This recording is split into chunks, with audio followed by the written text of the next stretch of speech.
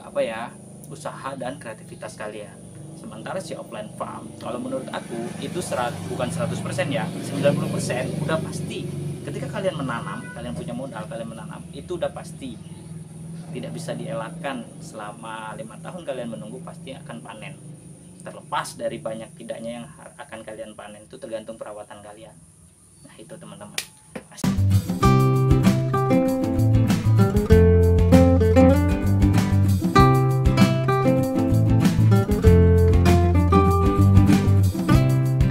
Assalamualaikum warahmatullahi wabarakatuh. Selamat datang kembali di channel YouTube saya, Paung Pam, Cinta Tanaman ya teman-teman ya. Apa kabar kalian semua di hari Minggu yang sangat cerah ini? Alhamdulillah. Karena akhir-akhir ini musim hujan guys untuk wilayah Kota Jambi. Semoga kalian masih dalam keadaan sehat walafiat ya teman-teman ya. Untuk para teman-temanku, untuk para teman sekantor, subscriberku, semoga kalian masih dalam keadaan sehat walafiat. Oke teman-teman, jadi hari ini aku sempetin banget nih buat konten, karena memang untuk akhir ini apa ya, memang kesibukan tuh lagi padat banget. Nah alhamdulillah ini aku agak santai hari ini dan gak mau buka laptop. Aku mau fokus buat konten untuk hari ini. Udah hampir sebulan terbengkalai. Oke ya, jadi untuk hari ini kita ada bahasan itu, kita kasih judul apa ya, enakan mana, berkebun online atau berkebun offline gitu ya teman-teman ya. Oke, agak berat ya pembahasannya. Nggak juga berat-berat lah, tapi ya ada lah isinya, ada gitu. Jadi kita berbagi pengalaman, saling sharing gitu, kita bandingkan, nanti kalian boleh komen kira-kira enakan yang mana ya. Nah jadi kalau aku pribadi, ya dua-duanya passive income sih kalau dia udah berhasil atau menghasilkan ya teman-teman. Kayaknya kurang deket nih. Nah jadi untuk mengetahuinya enakan yang mana, online farm atau offline farm, itu kita harus buat perbandingan dulu atau mengetahuinya terlebih dahulu. Yang ini seperti apa, yang ini seperti apa, baru kita bisa mengambil kesimpulan. Nah dan semua itu tergantung kitanya masing-masing. Oke langsung aja ya, jadi nggak usah panjang-panjang penjelasannya, biar kita langsung bisa analisa atau dalami kira-kira enakan yang mana nih, cocokan yang mana nih sama aku gitu, misalnya sama kalian pribadi gitu kan. Nah jadi kita mulai dulu dari online farmnya dulu ya, karena untuk anak muda sekarang nih pasti lebih seneng nih yang online gitu. Bukan anak muda aja, maksudnya di zaman sekarang ya kan, di yang semuanya serba digital ini. Oke, jadi kalau online farm, ya tadi kita udah bilang dua-duanya passive income, baik itu online farm maupun offline farm. Tapi semua punya modal, ya kan. Mustahil kalau ada yang bilang usaha tanpa modal, itu aku bilang sangat mustahil sih teman-teman. Walaupun kalian cuma modal HP, itu tetap aja modal, ya kan. Dan gak cukup hanya itu, kalian harus punya knowledge yang cukup bila hanya mengandalkan modal HP atau apalah gitu. Oke, kita back to the content ya. Kita bahas. Jadi kalau online farm, yang pertama kalian butuhkan itu ya itu tadi, minimal HP ataupun laptop, ya kan. Nah yang kedua, yang paling sangat kalian butuhkan yaitu knowledge kalian atau pengetahuan kalian atau kreativitas kalian. Nah jadi kalau di sini aku bilang kalau untuk online farm atau berkebun online, itu yang sangat dituntut itu pengetahuan dan kreativitas kalian. Jadi otak atau pemikiran kalian yang dituntut keras, ya kan. Tenaga tidak ada sih di sini kalau menurut aku ya, tidak begitu. Nah oke lah, contohnya gini, sebenarnya online farm tuh banyak ya, nggak cuman nge-YouTube atau buat blog atau buat website, itu banyak. Nah tapi di sini kita ambil contoh aja, misalnya kita nge-YouTube deh, nge-YouTube kayak aku nih ya, walaupun belum menghasilkan gitu ya, tapi ya aku senang-senang aja, enjoy menjalaninya, karena tidak membutuhkan biaya yang besar atau membutuhkan tenaga yang besar gitu ya. Kalau aku sempat aku buat video gitu-gitu ya kan. Nah jadi tapi sukanya di situ ya, kalau kita udah panen. Dukanya ada teman-teman, nggak segampang yang kita pikir buat video upload langsung jadi itu enggak. Nah jadi perbandingannya di situ ya. Yang pertama kalau online farm tadi ya, itu tadi yang kita butuhkan pertama, palingan HP atau handphone, habis itu laptop. Nah, kalau mau lebih keren lagi pakai kamera bisa. Nah tapi kalian harus punya pengetahuan mulai dari editing video segala macem, ya kan, cara membuat video yang bagus. Nah di situ paling di situ tuntutannya. Nggak ada juga yang jamin tuh kalian bilang udah bagus tapi orang bilang bagus kan, enggak. jadi kalau untuk online farm sendiri, yaitu tadi modal utamanya hanya tidak terlalu besar, karena smartphone rata-rata semua orang punya, ya kan. Nah kalau laptop terserah, boleh saja pakai laptop, boleh saja enggak, karena kalian edit video pun di HP bisa. Tapi pemikiran atau knowledge kalian tadi gimana cara membuat YouTube atau website atau blog yang bagus. Nah jadi kalian butuh banyak pengetahuan dan butuh banyak riset, butuh banyak browsing untuk itu. Nah modalnya di situ. Jadi kalau ada yang bilang tanpa modal itu bullshit teman-teman, ya kan.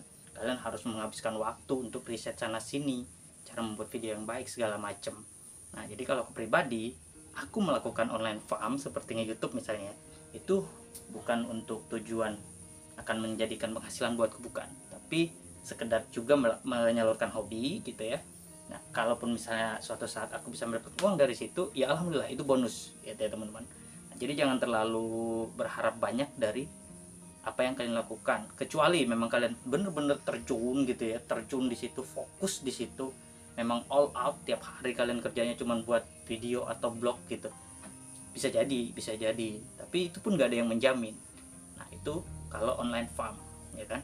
Jadi kalau aku pribadi menyarankan, kalau kalian belum punya teknik atau kreativitas yang begitu tinggi, jangan sesekali menjadikan ini sebagai penghasilan untuk kalian setorkan ke dapur atau ke keluarga kalian gitu deh, ya kan. Nah itu kalau online farm. Kenapa itu, makanya kenapa di logo monetisasi itu, kalau YouTube ya, aku belum pernah buat blog atau website segala macam. Nah itu gambarnya seperti orang menyiram tanaman. Nah jadi hampir sama tuh, ketika kita rajin menanam dan rajin, ya istilahnya kita membuat video itu sama dengan menanam.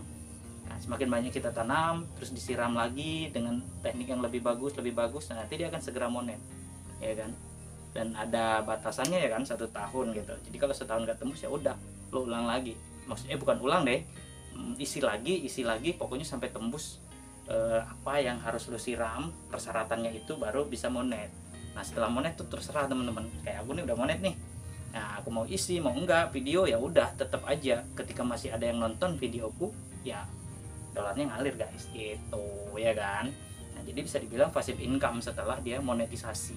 Nah itu contoh online farm. Misalnya kita ambil kasusnya nge-YouTube. Sambung kalau misalnya, oh ya kok misalnya kita sambung ya, kalau online farm sendiri tadi kita udah bahas offline farm atau berkebun offline. Tadi kita udah bahas yang online ya. Jadi itu modal yang kalian butuhkan tidak begitu banyak, tapi otak atau pengetahuan atau ya di bidang IT lah ya, gitu kalian harus cukup. Nah gitulah.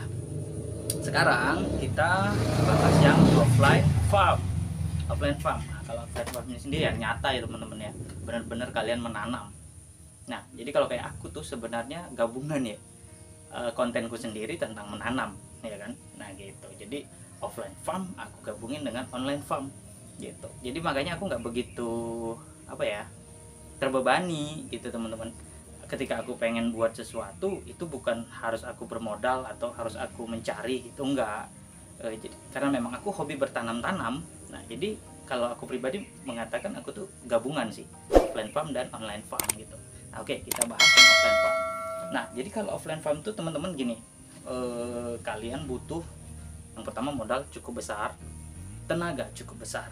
Nah itu sangat berbeda sekali ya dengan online farm. Kalau online farm kalian tidak butuh modal yang besar, paling besar laptop ya, harga 7 jutaan atau budget 10 itu udah sangat keren. Jadi kalian punya 5 juta pun udah bisa beli laptop kan gitu ya. Nah beda sekali dengan offline farm. Kalian butuh tanah yang luas dengan harga yang cukup fantastis. Kalau 1-2 tumbuk itu untuk rumah guys, bukan untuk berkebun ya kan. Nah jadi perbedaan yang pertama udah mencolok ya,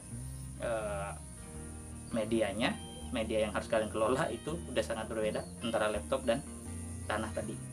Tanah 1 hektar aja itu bisa paling murah kalau hutan ya, hutan belantara itu 10 atau 15, itu pun udah daerah Kalimantan sana ya kan. Nah yang kedua tenaga. Sementara kalau di online farm kalian hanya butuh pikiran. Ya ada sih kalau buat video, ya apa sih tenaga buat video kan gitu. Nah itu jangan kalian anggap tenaga lah, megang HP gini tuh bukan tenaga sih kalau menurut saya. Berbeda dengan di offline farm. Tenaganya apa ya? Yang pertama kalian ya pokoknya ketika kalian terjun ke ladang itu udah jelas, yang minimal di sana kalian mau nyemprot kek, mau nanam sesuatu kek, itu bener-bener kalian ya. Kalau aku nanam bunga itu ya bukan tenaga juga, itu sekedar mencari keringat. Beda ketika kalian menanam di perkebunan, skalanya besar, ya kan. Nah, jadi itu belum lagi perawatannya, belum lagi jangka waktu panennya. Nah, jadi kita kasih contoh ya, misalnya kalian nanam ini nih kelapa, misalnya kelapa ya, tapi bukan nanam untuk di bonsai gini ya, tapi misalnya kalian menanamnya untuk skala besar atau dijual misalnya. Nah, kelapa hibrida misalnya ya kan. Oke, misalnya kita nanam kelapa hibrida, kita butuh katakanlah 2 hektar. Nah, kita udah harus butuh modal nih. Yang pertama dari tanah aja, kita ambil yang paling murah 15 misalnya, udah 30 juta guys untuk tanah aja. Nah, yang kedua kita harus beli bibit. Harga bibit kalau kelapa ya mungkin berkisar 20.000 gitu. Aku nggak tahu ya kalau kelapa, tapi kalau kelapa sawit itu lumayan besar guys. Nah, gitu. Oke lah, misal kelapa sawit gitu ya. Satu bibit kalau kita beli dengan yang siap tanam itu minimal 30 atau 40.000 teman-teman. Kalian kalikan saja 1 hektar itu bisa 100 batang gitu. 120 itu udah padat banget ya kan. 100 lah anu standarnya gitu ya kan. Nah, kalian tinggal kalikan aja tuh. Nah, untuk tanam bibit saja kalian udah butuh berapa tuh? Mungkin bisa udah mencapai 40-an juta gitu. Ini kita ngomongin 2 hektar ya. Nah, habis itu biaya tanam kalian bisa lakukan sendiri ketika kalian sanggup, ya kan. Tapi aku rasa kurang sih. Maksudnya ya bisa kalau mau sehari tanam 5-10 batang gitu ya kan. Tapi kapan siapnya? Otomatis kita pasti membayar orang lagi untuk mengupahkan biaya tanam, ya kan. Setelah itu nanti ada lagi tuh biaya perawatan. Biaya perawatannya apa? Mulai dari pupuk, penyemprotan atau perawatan pembersihan gitu-gitu kan. Tapak kuda dengan lokasi yang misalnya kurang bagus, banyak sekali teman-teman yang harus kita lakukan di perkebunan offline sebelum dia panen. Nah, panennya bisa jadi paling cepat nih 3 tahun, itu baru buah pasir. Ya normalnya 5 tahun sih kita udah mulai panen. Emang abang punya kebun? Enggak juga sih, aku baru mau mulai, tapi karena bukan basic ya, karena memang aku anak petani dari dulu, sering dibawa ke ladang sama ayah gitu ya. Jadi aku bisa melihat apa aktivitas yang ada di sana. Bahkan sampai sekarang juga kalau aku pulang gitu kan, masih bekerja kadang-kadang sebagai tukang semprot gitu di kebun ayahku gitu ya kan. Nah, tapi ada sih dikit-dikit udah mulai coba menanam gitu teman-teman. Jadi perbedaannya sangat mencolok ya teman-teman ya. Masa panen 5 tahun, sementara si YouTube tadi kalau memang kalian punya skill atau kreativitas yang tinggi, 1 tahun kalian udah bisa mulai memanen. Ya contoh deh channel gua nih.